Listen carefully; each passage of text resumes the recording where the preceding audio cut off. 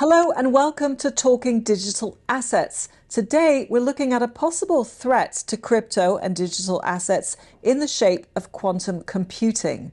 I'm Aline Van Dyne in our New York studio today with Daragh Maher, our head of digital assets research. Daragh, it's great to see you again. Lovely to be back. And let's get right to it. Is quantum computing a threat to digital assets? Short answer, not yet. But in theory, it will be. A question of time. I think maybe we can talk a little bit in more detail about that later. But essentially what we're looking at here are the underpinnings of stable coins, tokenized assets, tokenized deposits. They all sit on this blockchain. And that blockchain technology relies to a large extent on cryptography for maintaining its integrity, right?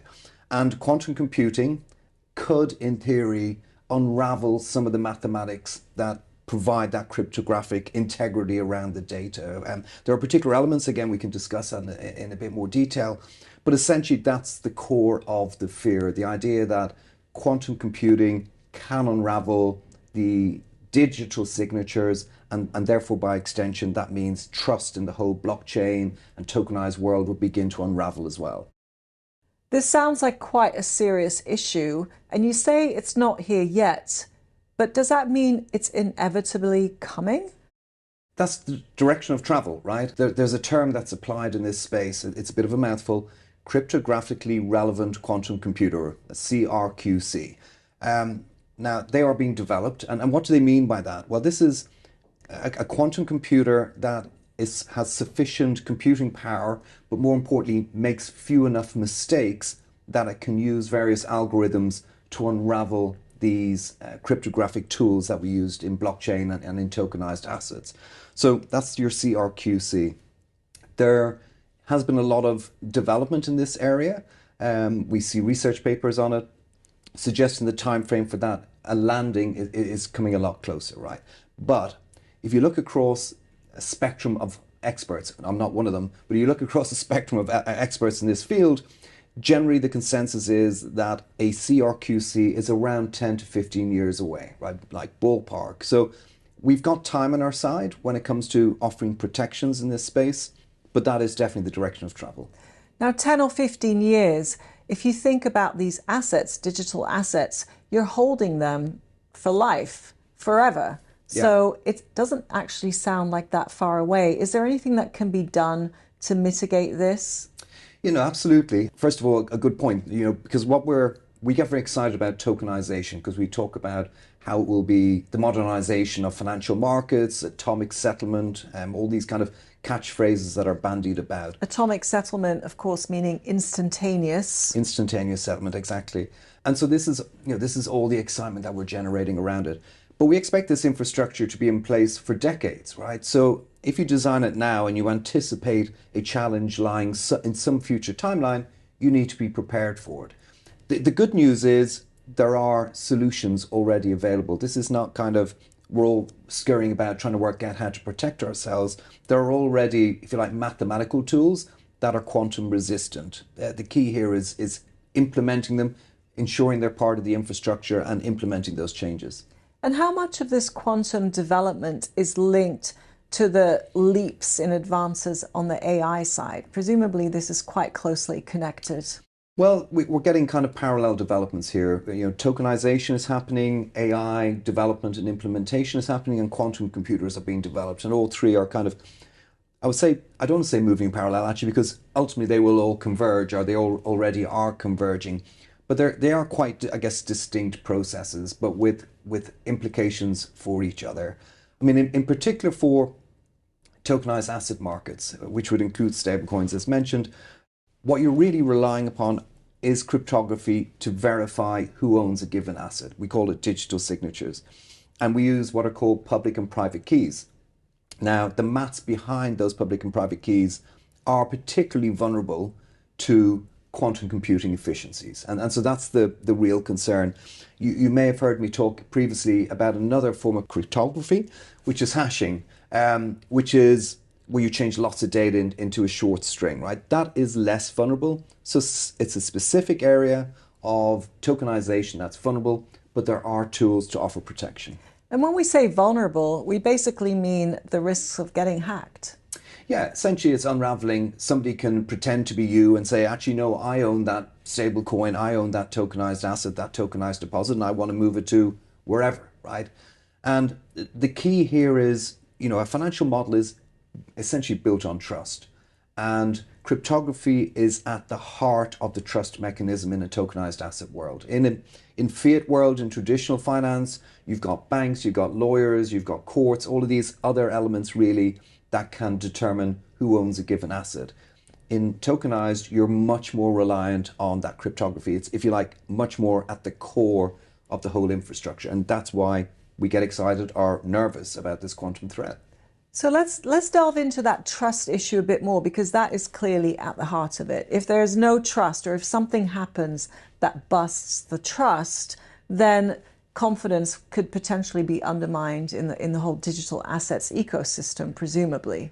Yeah, absolutely. Because if you can't be sure that the asset that you have, A, secure holding of your own asset, but B, imagine you're paying someone else for their asset, and then you never actually ultimately receive it. So, yeah, this is vital. But I think what's encouraging is we do have the tools. So, what I'm discussing really here is a threat and a solution. It's not a technology problem. We have the mathematical answers, but we have to do that migration. And that actually can be quite a big project. And I think that is the true vulnerability here.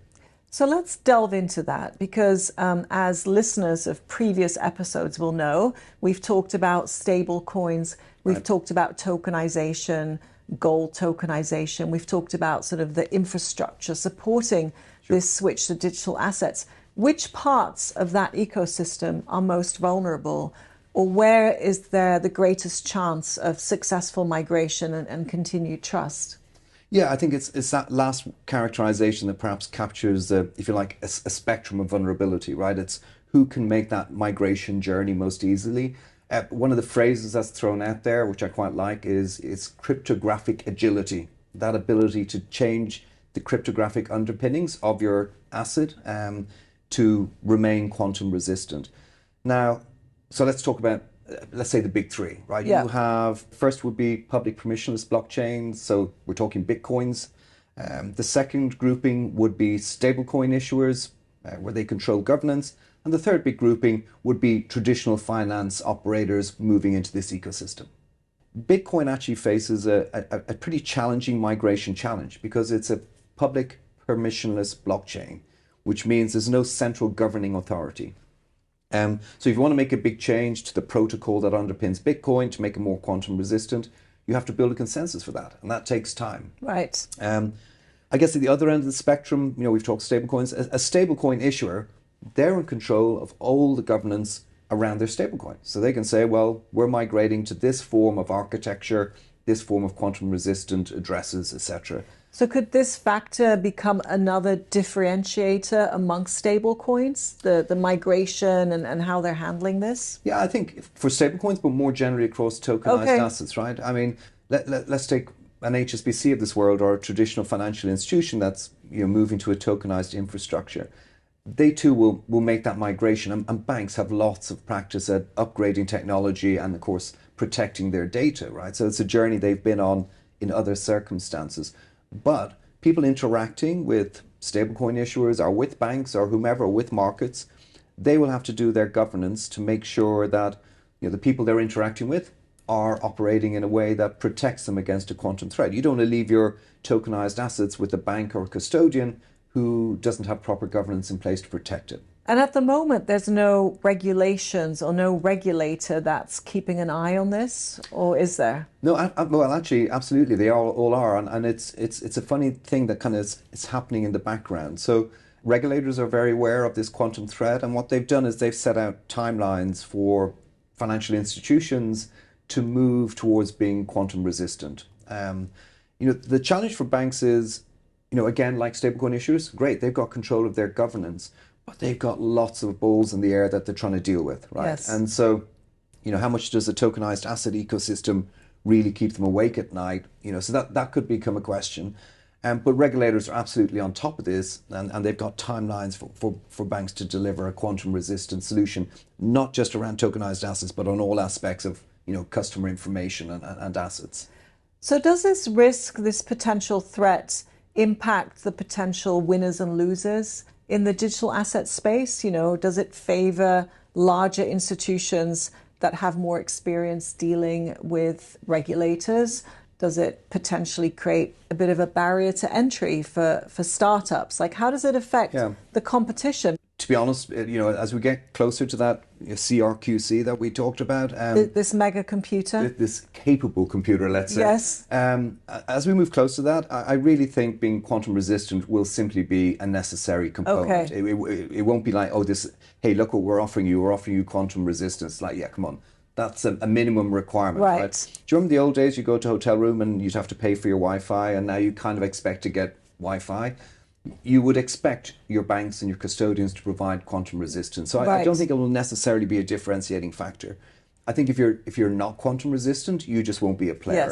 Yes. Where I think it has market relevance could be for tokens. Tokens like Bitcoin. If markets get nervous about the timeline of quantum resistance and how quick the migration is happening, that can have implications. But of course, those market forces can also be catalysts for change. That might force a swifter migration path. And is this a topic of conversation globally? I think conversation-wise, it's pretty universal. The reason I addressed this in a report was because I was getting client questions about it, and what I found interesting, I was getting client questions about it from people who weren't particularly in the space, right? It wasn't like, it's a tokenized asset geek asking another tokenized asset geek, what's the deal here? So clearly for people on the periphery of this ecosystem, they're like, I've heard that quantum computing will completely unravel everything, that blockchain and stablecoins and everything. And so I think it was important to address, and it was interesting really to learn about all aspects and the fact that it's not an immediate threat, but it does loom, and we do need to take steps. It sounds like there is quite a lot that can be done to mitigate, and this will be a continuing story. And of course, we've just scratched the surface, but there's a lot of technical details that viewers can delve into by reading your report. Absolutely. There's a lot of jargon in there. I'm delighted to share. Never miss a chance for jargon. But no, absolutely. Look, and this will be an ongoing story, but I think as tokenized assets become a bigger part of the ecosystem, clients and stakeholders will just need to understand this more and follow that conversation. Daragh, thank you so much. Thanks, Aline. So that's a wrap for this edition of Talking Digital Assets. There's plenty more available to all of our viewers. We've covered stablecoins, we've covered gold tokenization, as well as just the general growth in digital assets. So please check them out, and please do get in touch if you have any comments or suggestions.